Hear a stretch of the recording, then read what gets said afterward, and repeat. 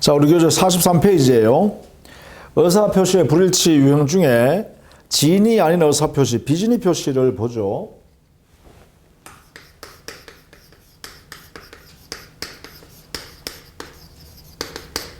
이거 민법 107조의 명문으로 규정을 해두었죠. 107조 1항을 보면 이 비진이 표시행에 대해서 원칙은 표시한 대로 효력이 있다. 이게 1항에 있죠. 표시한 대로 효력이 있다. 이 말은 유효다라는 것을 원칙으로 삼았다. 이 말이죠. 자, 그런데 그 1항의 단서에 보시면 그러나 그 표시를 받는 상대방이 표의자의 진이 아님을 알았거나 이를 알 수 있었을 경우에는 무효로 한다. 이렇게 해서 이 표시행위가 무효가 되는 경우도 있다. 이렇게 예외를 만들어 놨죠. 이게 107조 1항에서 유효, 예외, 무효 이렇게 만들어 놨습니다. 자, 그런데 예외, 무효는 반드시 이 요건을 갖춰야 되죠. 그게 뭐냐? 이 표시를 받은 상대방이 알았거나 알 수 있을 때 한해서 이랬죠. 그러면 알았다, 거나 알 수 있었다. 알 수 있었는데 몰랐다.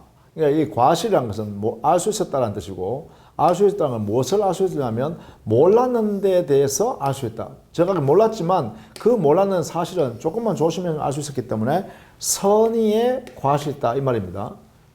몰랐는데 과실이 있다. 부주의했다. 자, 요 말의 의미를 잘 알아두시기 바랍니다. 알았거나 혹은 알 수 있었을 때 우리 민법에는 이렇게 만들어 놨죠. 이게 알았거나는 알았다는 뜻이에요. 그래서 어떤 사실을 알았다는 것이니까 악의에 해당되는 것이죠. 알 수 있었다. 부주의가 있었기 때문에 인하여 모른 것 이런 뜻이죠. 이 의미가요. 그것은 곧 선의에 과실이 있었다 이렇게 되겠죠. 그래서 우리는 거나하니까 또는 이렇게 되겠죠. 따라서 악의 또는 과실 있는 때 이런 뜻입니다. 이 의미가 상대방이 악의 또는 과실 있는 때 이때는 무효를 한다. 그러면 여기서 우리는 해석을 할 수 있죠. 여기에 유효라고 하려고 그러면 어떤 상태냐면 상대방이 악의도 없어야 되고 과실도 없어야 합니다. 악의가 없어야 되고 선의 동시에 과실도 없어야 되니까 무과실이어야 합니다. 자, 이런 상태일 때 유효다라는 것이죠. 자, 비진의 표시가 표시행위대로 유효란 말은 상대방이 선의고 무과실일 때를 말하고, 그 다음에 그 비진의 표시가 무효라고 하는 것은 상대방이 악의거나 과실인 때를 말한다. 이렇게.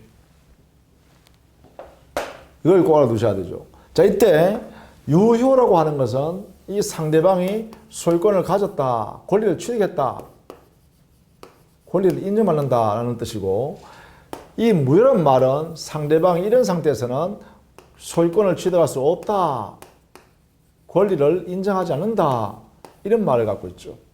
자, 이런 의미를 갖고 있다는 것도 함께 알아두셔야 됩니다. 자, 43페이지 그 하단의 요건 보세요.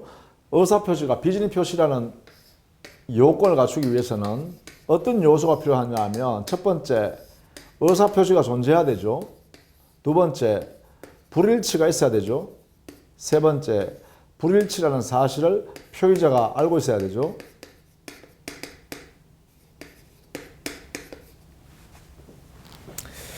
표의자 안다, 불일치 사실 안다, 악의 안다. 이런 요건을 갖추었을 때 이 표의자의 의사표시는 비진의 표시가 되겠죠. 자, 이런 내용을 먼저 꼭 알아두시고, 효과 이거죠. 상대방이 선의 무과실이면 유효, 상대방이 악의 또는 과실이 되면 악의 또는 과실 둘 중에 어느 하나만 존재해도 무효된다. 해야 되겠죠? 이때 이 무효는 동그라미 3번, 효과의 동그라미 3번요. 제3자에 대한 관계에서는 선의 제3자한테 대항할 수 없죠. 이 무효는 선의의 제3자에게 대하여 대항할 수 없기 때문에 이 선의 제3자는 보호가 된다. 이렇게 해야 되죠. 이 사람이 소유권 가져와 있으면 소유권이 인정된다. 이런 뜻입니다. 이게 우리는 선의의 제3자, 이게 상대적, 그래서 무효라고 합니다. 대항하지 못한다. 이렇게 표현하죠.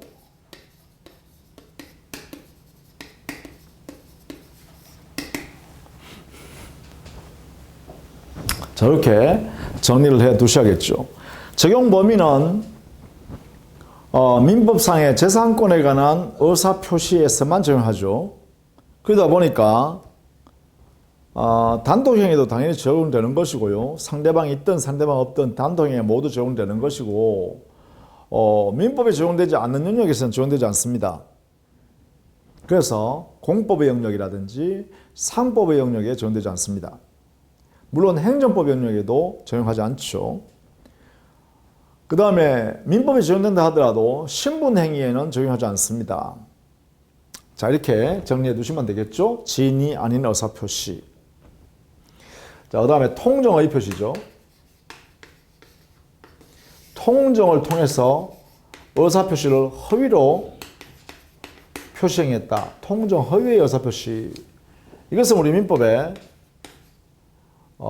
108조에서 규정을 두고 이 표시행위는 무효가 된다. 이렇게 해놨죠.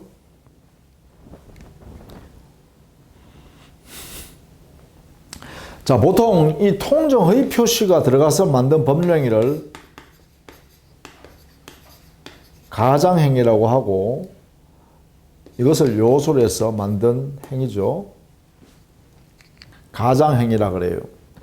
그래서 만약에 허위표시를 통해서 매매를 했다면 가장매매가 되겠죠. 허위표시를 통해서 저당권 설정했다면 저당권 설정이 되겠죠. 허위표시에서 전세권을 설정했다면 가장 전세권 설정 이렇게 되겠죠.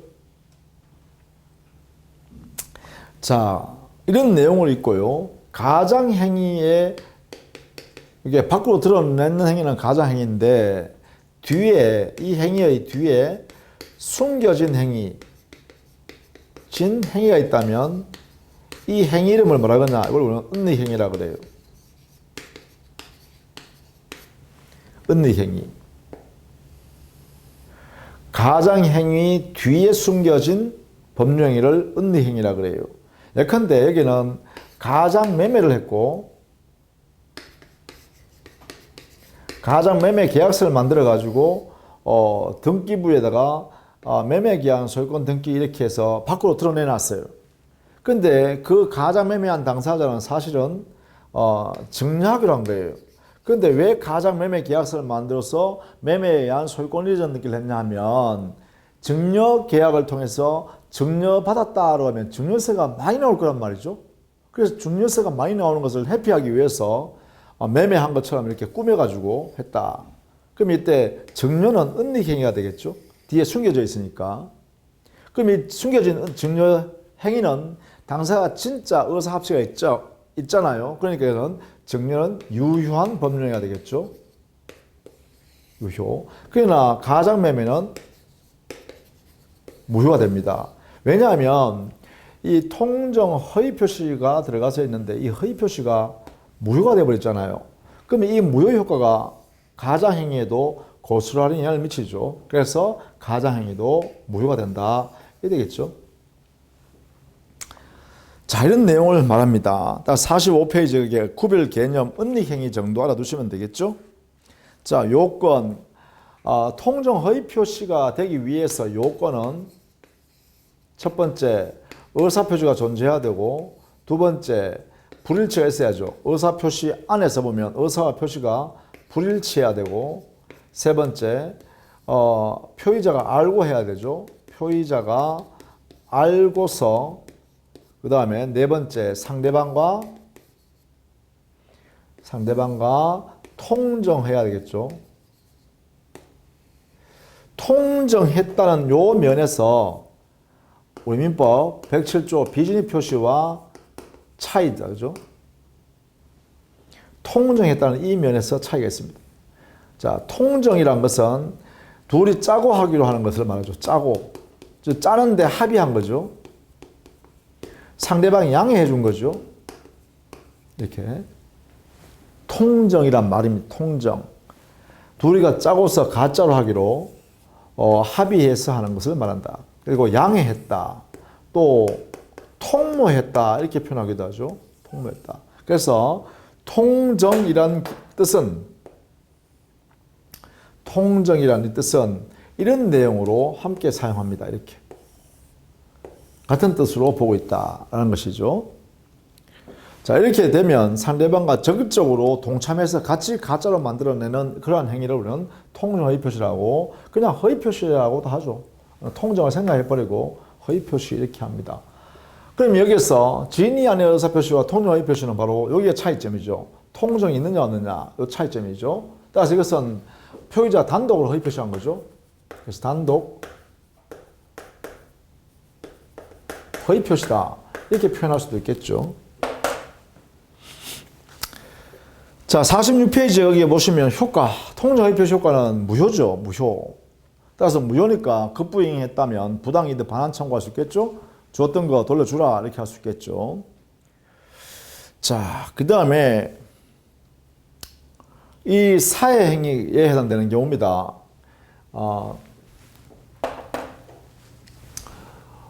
통정 허위 표시에 의해서 가장으로 행위를 했는데 이 가장 행위가 채무자가 채권자를 침해할 의도로서 한 사회 행위다. 유일한 재산을, 즉 채무자 자신의 유일한 재산을 채권자에게 집행당하기 싫어서 빼돌리는 행위로, 즉 채권자의 채권을 침해할 목적으로 속이는 행위로서의 가장 행위를 했다. 이렇게 되면 이때 이 채무자의 채권자는 이 가장 행위인 사회 행위를 취소할 수 있습니다. 이걸 채권자 취소권이라고 민법 406조의 명문으로서 인정합니다. 이렇게 인정하고 있다. 그래서 가장 행위가 사회 행위에 해당되면 이때 이 가장 행위인 사회 행위를 뭐 한다. 채권자가 취소권 행사할 수가 있다. 이렇게 공부해 두시기 바랍니다. 채권자 취소권이 허용된다. 이렇게요. 채권자가 취소해서 거래행위를, 즉 사회행위에 해당되는 가장행위를 취소해서 없애버리고 다시 채무자 앞으로 재산권을 갖다 놓고 강제집행할 수 있도록 하겠다. 이거죠. 자, 이런 내용을 알아두시면 좋겠다. 자, 이때 이 무효죠. 이 무효. 통정 허위 표시의 표시행위는 무효가 되죠. 이 무효. 이 무효는 상대적 무효죠. 역시. 왜 그러냐면 선의의 제3자에 대해서 대항할 수 없다 이랬죠. 선의의 제3자, 이 사람을 보호하겠다. 그래서 선의의 제3자가 권리를 취득한다. 이렇게 하는 거죠. 이렇게 함으로써 이 무효는 우리는 상대적 무효 이렇게 표현하고 있고, 선의의 제3자가 취득한 권리는 그대로 보호한다. 이렇게 되는 것이죠. 우리 교재는 이런 내용을 46페이지에 그 효과 안에요. 동그라미 1번 당사 사이의 효력은 언제나 무효가 됩니다. 당사 사이에서는 우리 민법의 108조에서 무효로 선언해놨잖아요. 그 다음 동그라미 2번에 제3자에 대한 효과는 통정 허위 표시의 무효를 가지고 선의 제3자에게 대항하지 못한다라고 해서 선의 제3자한테는 그 무효를 주장할 수 없어서 제3자가 유효하게 거래한 것으로 인정하게 된다. 이런 이야기죠. 이때 이 선의 제3자 선의는 우리 판례가 추정해 주죠. 제3자 거래한 사람은 선의인 것으로 선의로 추정합니다. 추정하기 때문에 이 선의에 관한 것은 입증 책임을 표의자한테 맡깁니다. 표의자가 이 제3자가 선의가 아니라는 사실을 입증해내야 합니다. 그래서 선의에 관한 입증 책임은 표의자에게 있다. 이렇게 해석합니다. 이 부분은 공통이죠. 이 부분은 선의 제3자 보호 규정이 있다는 것, 그리고 선의로 추정된다는 것은, 그리고 추정되기 때문에 입증 책임은 표의자에게 있다는 것은 민법 107조에서도 108조에서도 그리고 앞으로 다음 시간에 배울 109조에서도 110조에서도 모두 공통으로 적용되는 것이죠.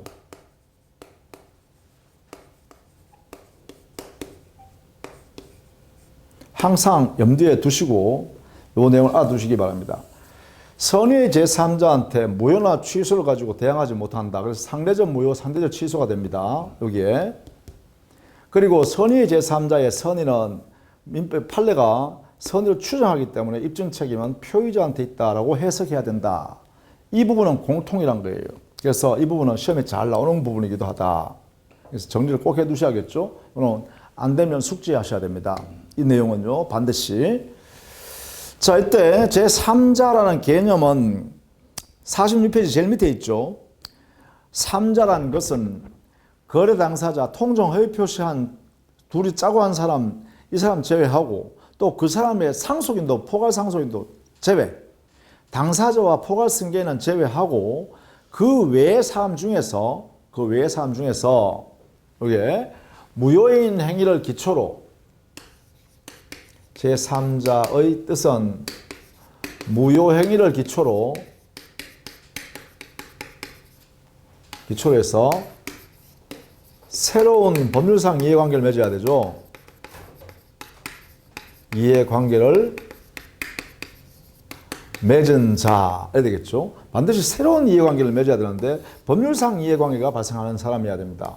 이 사람을 우리는 제3자라고 해석합니다. 이렇게요. 자, 이렇게 정리를 해 두시면 되겠죠. 이렇게. 자, 여기에 해당되는 사람과 해당되지 않는 사람은, 새로운 이해관계를 맺지 않은 사람은 제3자가 아니에요.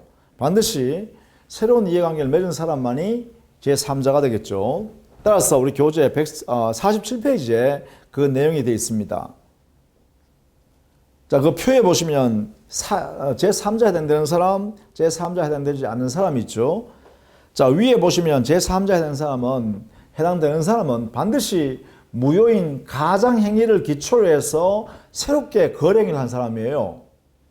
그걸 전제해서 거래한 사람이죠. 거기 보시면 A, 가장매매에서 매수인이, 가장매매의 매수인이 다른 사람한테 소유권 넘겨줬답니다. 그러면 이 새롭게 취득한, 소유권 취득한 사람은 새로운 이해관계인을 맺었죠. 매매계약이라는 거죠. 또 B, 가장매매 매수인으로부터 저당을 설정받은 사람, 저당권자죠. 그러니까. 그러면 새로운 저당권 설정 계약이라는 것을 했죠. 법률상. 이런 식으로 우리는 해석할 수 있다라는 것입니다. 따라서 새로운 이해관계를 맺은 것이 뒤에 다 나와 있어요. 그래서 이렇게 봐두시고, 여기에 G에 보시면 파산관제인도 들어갔죠. 그죠? 즉 파산한 채무자가 재산권을 가장 양수한 사람이에요. 가짜로.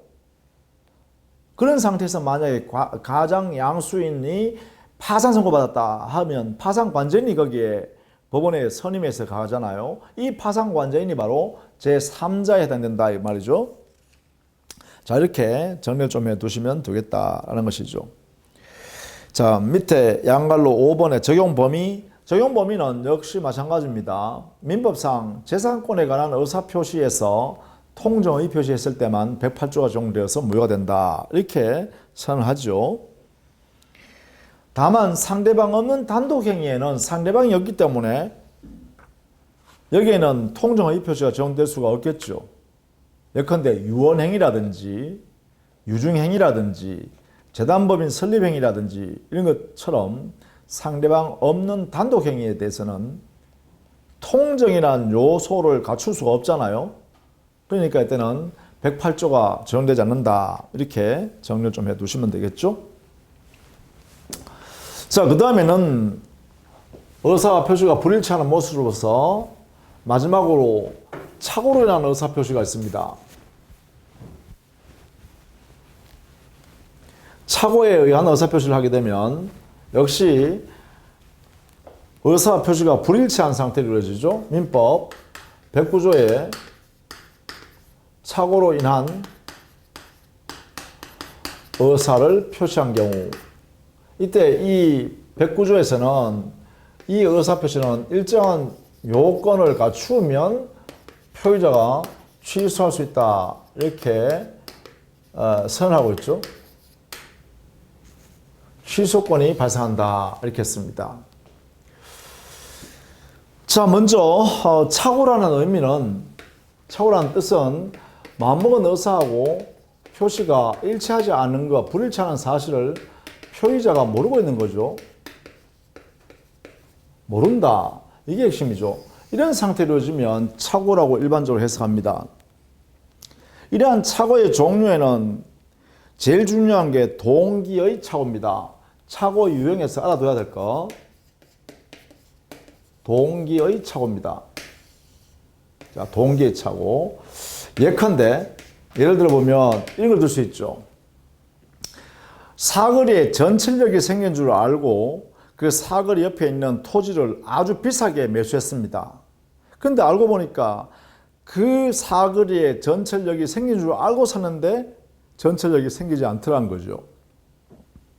자, 매매 계약에는 착오가 없어요. 그런데 그 토지를 사려고 하는 사람이 전철역이 생기면 지가가 폭등할 거니까 내가 이득을 많이 취할 거다, 이렇게 믿고 샀단 말이죠. 그런데 실제로는 그렇지 않더라. 이게 바로 동기에, 즉 토지를 매수하게 된 동기에 착오가 있는 거죠. 이걸 동기의 착오라고 해요. 또 그린벨트 안에 있는 토지를요, 이 토지가 곧 조만간에 그린벨트가 해제될 것이라고 이렇게 믿고 토지를 매수했습니다. 매수인이.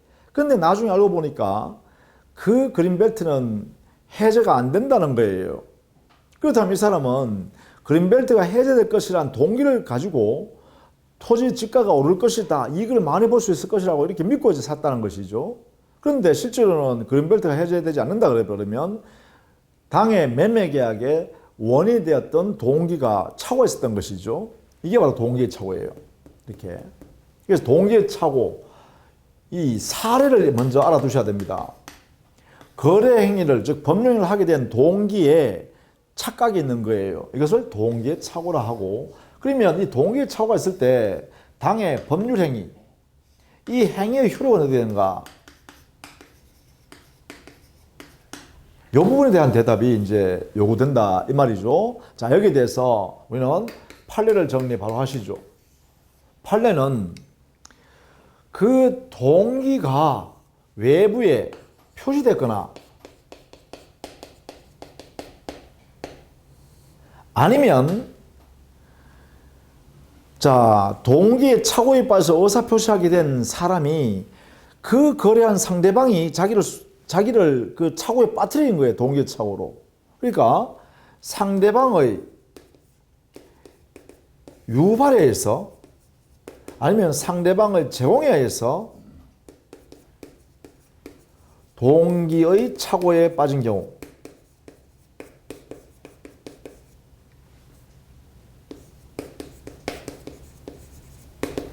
이렇게요. 표시를 동기의 착오가 있는 동기를 외부에 표시했거나 아니면 상대방의 유발, 상대방의 제공 때문에 동기의 착오에 빠졌다든가, 이런 경우에 한해서만 표의자는 취소할 수 있다, 이렇게 해석해요. 즉 민법 109조를 적용할 수가 있다, 이렇게 해석한다는 것이죠. 자, 여기에 제한적이죠. 동기가 외부에 표시되었다든가 아니면 최소한 상대방이 유발시켰거나 상대방이 제공한 경우, 이것 때문에 착오에 빠졌다, 동기에. 이런 경우에 한해서만 109조의 적용을 인정해서 취소를 허용할 수 있다, 이렇게 우리 법원은 판단한다. 자, 이게 대단히 중요한 것이니까 꼭 알아주셔야 되겠습니다. 동기의 착오에 대한 법 효과. 이것을 우리는 48페이지에 정리해 두었습니다. 법적 취급 부분을 이렇게 한다는 것이죠. 자, 그 다음에 49페이지 가면 거기에 기관의 착오 있어요. 신분음권의 착오.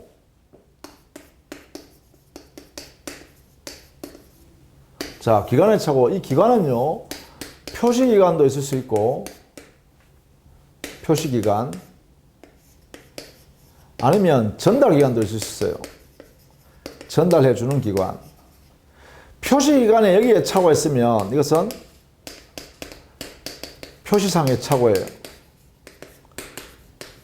착오를 인정할 수 있어요. 그러나 전달기간이 착오했을 때 이때는 의사표시의 부도달의 문제일 뿐입니다. 의사표시가 도달하지 않았을 뿐이다. 여기는 착오 문제가 생기지 않는다는 것이에요. 자, 이것을 꼭 알아두셔야 돼요.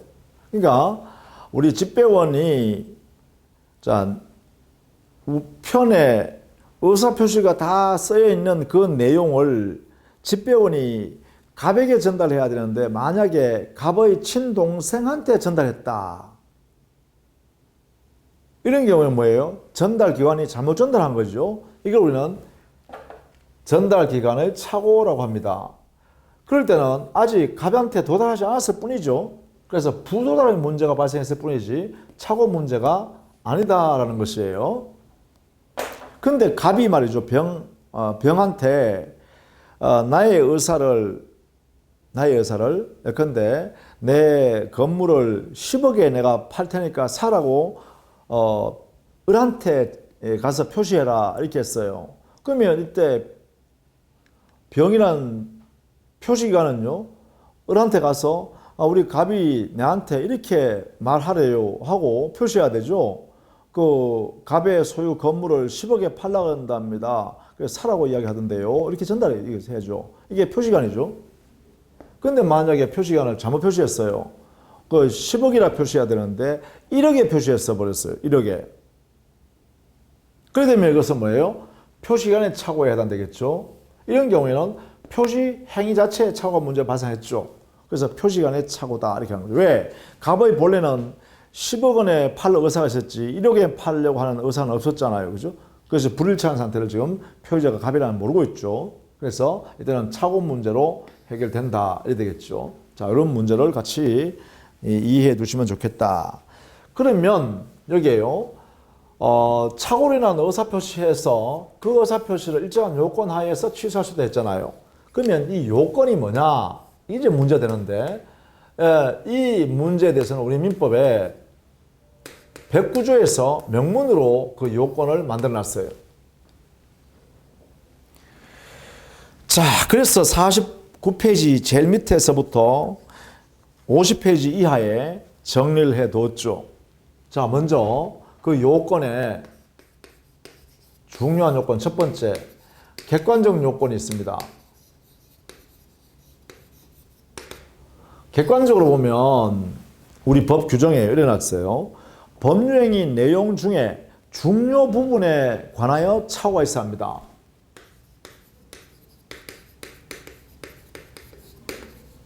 중요 부분에 착오가 있어야 한다. 이런 이야기죠. 중요 부분에 착오가 있을 것. 중요 부분에 착오가 있으면 표의자가 당의 의사표시를 취소할 수 있다. 이렇게 돼 있어요. 이건 적극적으로 존재해야 된다. 적극적으로 존재해야 된다. 중요 부분에 관한 착오가 있을 것. 그런데 주관적으로 보면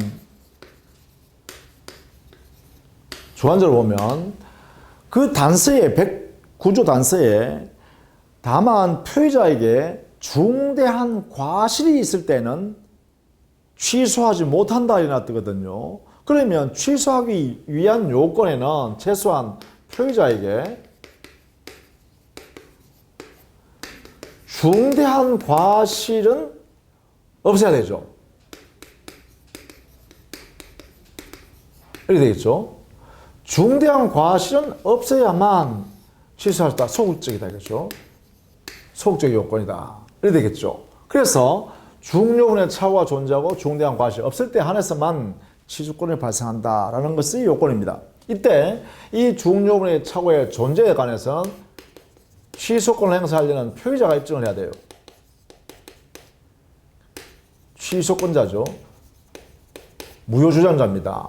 이에 반해서 중대한 과실이 있다 없다 이에 관해서 중대한 과실에 관한 입증 책임은 여기에는 상대방이 입증을 해야 한다 라고 우리 판례는 입증 책임을 분담시켜 놨죠. 이것은 유효주장자죠. 취소 못하게 하는 사람이죠. 이 사람이 입증해야 된다 이렇게 정리하고 있습니다. 자, 중요분의 착오가 있을 것, 중대한 과실이 없을 것. 자, 그런데 문제는 이겁니다. 어떤 경우가 중요 부분에 해당되고 어떤 경우가 중대한 과실이 있다 없다 판단할 거냐, 어떤 것을 말하냐, 이게 중요합니다. 그래서 우리는 이 부분을 집중해서 익히셔야 됩니다. 시험을 위해서는. 우리 시험에서는 토지매매계약에서 토지 경계선에 착각이 있으면 어떻게 되지? 토지 현황에 대해서 착각이 있으면 어떻게 되지? 토지 면적에 대해서 착각이 있으면 어떻게 되지? 토지 가격을 잘못 인식했으면 어떻게 되지? 이렇게 이제 판단하라는 거죠. 그러면 이때는 그거는 중요부분이다, 그거는 중요부분이 아니다 이렇게 판단해야 되고, 중요부분이 아니면 취소 못하는 것이고 중요부분에 해당되어야 일단 취소할 수 있는 것이죠. 이렇게 정리 부분을 할 수 있어야겠다. 그래서 여기는 여러분 교재 50페이지 하단에 보시면 표에 넣어놨죠.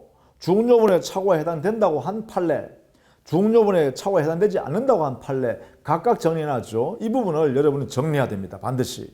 이거는 암기할 정도가 되어야 합니다. 완전히. 그래서 시험 문제 주어지면 이건 중요 부분이다, 이건 중요 부분이 아니다 딱딱 구별할 수 있을 정도가 되어야 하겠습니다. 그 대표적인 예를 보시면 목적물 동일성이라는 착오는 중요 부분이라고 일반적으로 이해해요. B 동그라미 있죠. 목적물 동일성에 관한 착오는 일반적으로 중요 부분이라고 해석하고, 특히 토지의 현황 경계에 관한 착오 중요 부분이죠. 또 법령의 성질에 관한 착오 중요 부분이죠. 그 다음에 이 부동산 매매에서 양도 소득세가 부과되지 않을 것이라고 매수인의 설명을 믿고 한 매도인의 착오도 역시 중요 부분이라고 했죠. 이런 등등의 내용은 여러분이 읽어서 익혀셔야 돼요. 그러나 중요 부분에 해당되지 않는 거 보세요. 사람의 신분 등, 또 목적물 소유권 귀속에 관한 착오, 또 시가에 관한 착오, 수량에 관한 착오, 토지의 지적의 부족은 면적의 부족과 같은 유사한 성격이죠. 이런 등등의 착오는 중요 부분이 아니라고 했단 말이에요. 그러니까 이런 것들은 우리가 익혀주셔야 됩니다. 자, 그리고 중대한 과실이 없어야 되죠. 이 중대한 과실의 의미가 무엇이냐라는 것이에요. 거기 보면 법령의 종류와 내용, 그리고 당의 행위자의 직업 등을 종합해서 중대한 과실의 여부 있는지, 즉 부주의가 현저한 부주의가 있었는지 여부를 가지고 따지죠. 따라서 이게 중대한 과실의 의미는 현저한 부주의를 말합니다. 주의를 다하지 않는 정도가 아주 큰 영역으로 잘못했더라 이럴 때 현저한 부주의가 있으면 중대한 과실이 있다 이렇게 하는 거예요. 그런데 판단하는 기준은 어떻게 한다고요? 당사자의 직업이나 또 당의 법령의 종류와 법령의 목적 이런 것들을 종합해서 판단한다는 것이죠. 따라서 중대한 과실이 있으면, 중과실이 있으면 취소 못합니다. 취소 안 된다. 그러면 중과실이 없으면 취소할 수 있다 이렇게 되겠죠. 이렇게. 자, 그러면 중과실이 없다는 말 속에는 경한과실이 있어도 괜찮죠. 경과실이 있어도 이러겠죠. 있어도 중대한 과실이 없는 것이니까 취소할 수 있는 거다 이러겠죠. 자, 이 부분도 알아두셔야겠습니다. 중대한 과실이 있으면 취소할 수 없기 때문에, 그죠?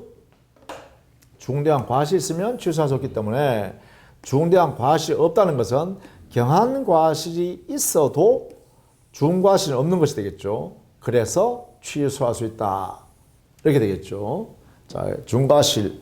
거기에 구체적 사례는 51페이지 하단에 공장을 지으려고 토지를 매수한 사람이 그 대상인 토지에 공장을 지을 수 있는지 없는지를 사전에 미리 알아보지 아니한 것은 중대한 과실이 있다 그랬죠. 따라서 매수인은 취소 못합니다. 중과실이 있는 상태로서 거래했기 때문에. 뭐 이렇게 읽어서 여러분이 이해해 두시자라는 것입니다. 자, 52페이지 가면 중대한 과실이 있으면 취소할 수 없는 거죠. 그런데 여기에 예외가 하나 있습니다. 예외 판례가 하나 있죠. 아주 중요합니다. 중대한 과실이 있음에도 불구하고 표의자가 취소할 수 있는 경우가 있어요. 중과실이 있으면 원래는 취소할 수 없다 해야 되잖아요. 그럼 어떤 경우냐? 여기에 이 상대방, 거래 상대방이 표의자의 중대한 과실이 있다는 것을 알면서 이용한 경우요.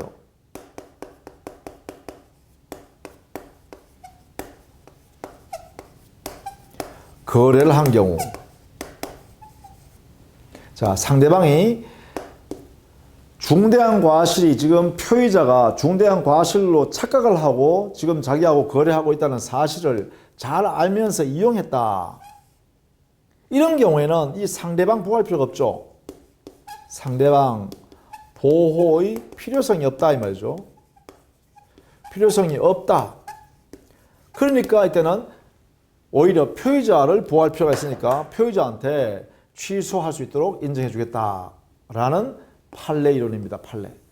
예외 판례죠. 중대한 과실이 있어도 취소권이 인정된다라는 예외 판례다. 이렇게 정리해 두시면 되겠습니다. 이렇게. 자, 그것이 52페이지에 거기에 상단에 리얼 동그라미 있죠. 자, 효과는 이 요건을 갖추면 표의자가 취소할 수 있는데 다만 이 취소는 역시 상대적 취소죠.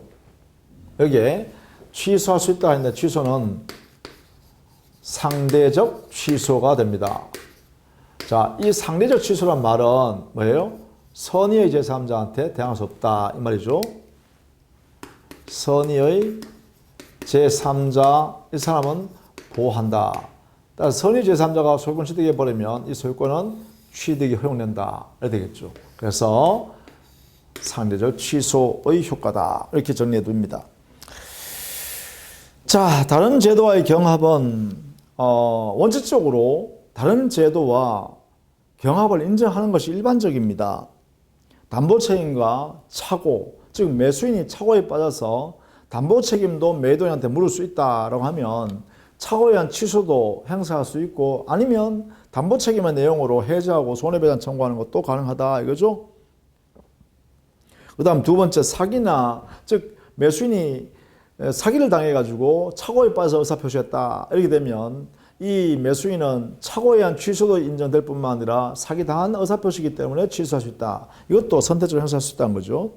그 다음에 3번에 매도인은 매수인이 이행을 하지 않기 때문에 해지해버렸습니다.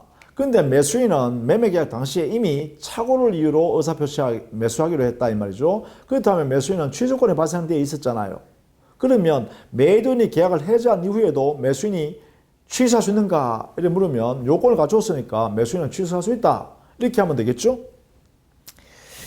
자, 그렇게 정리를 해 두시면 되겠습니다.